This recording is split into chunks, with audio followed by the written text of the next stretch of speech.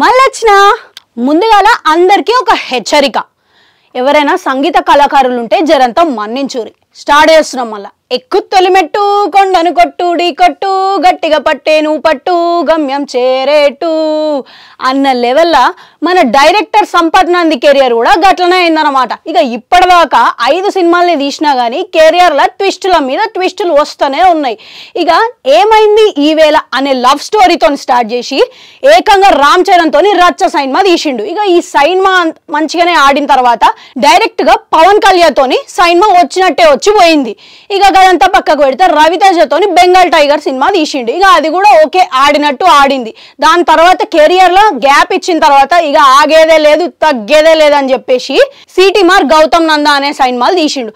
ఇక ఇవి మంచి టాకే వచ్చినా కానీ బాక్స్ ఆఫీస్ దగ్గర జరంతా నిలవడలేదు.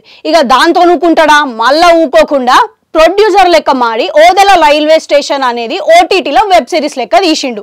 ఇంకా దీని తర్వాత ఇది కూడా సక్క ఆడలేదు. ఇంకా ఆడకపోయేసరికి ఆయన ఊకుంటాడా, సినిమా మీద ఉన్న కసిని ఇంకా పెంచి దీని సీక్వెల్ తీస్తా అని చెప్పి కంకణం కట్టుకున్నాడు.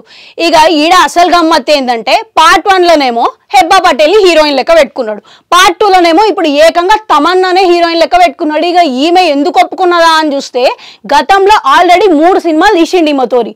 ఇంకా ఆ ఫ్రెండ్షిప్ తోని ఒప్పుకుంటది. ఇక గట్టి బడ్జెట్ తోనే తీస్తున్నాడు. ఇంకా ఇది ఏమవుతుందో తెలియదు కానీ ఇంకా ఈడ అసలు గమ్మత్ ఏంటంటే అటు ఇటు పోయి మన హెబ్బా పాపనేమో పాపం ఈ సీక్వెల్లా క్యారెక్టర్ ఆర్టిస్ట్ని వేసిరు. ఇంకా గీడ అసలు జీవితంలో ఇట్లా అయితేనే ఉంటాయి పోతూనే ఉంటాయి. ఇక ఓడలు బండ్లు అవుతాయి, బండ్లు ఓడలు అవుతాయి అంటే గిదేనేమో. ఇంకా ఇట్లాంటి సిచ్యువేషన్లు మీ జీవితంలో కూడా అయ్యే ఉంటాయి. ఇంకా ఆ సిచ్యువేషన్లు ఏంటిదో జరంతా మాకు కూడా షేర్ చేసుకోండి. కామెంట్ సెక్షన్లో కామెంట్ పెట్టుర్రి. అట్లనే ఆడ గంట ఉంటుంది, అది కూడా నొక్కురి. మళ్ళీ వస్తా.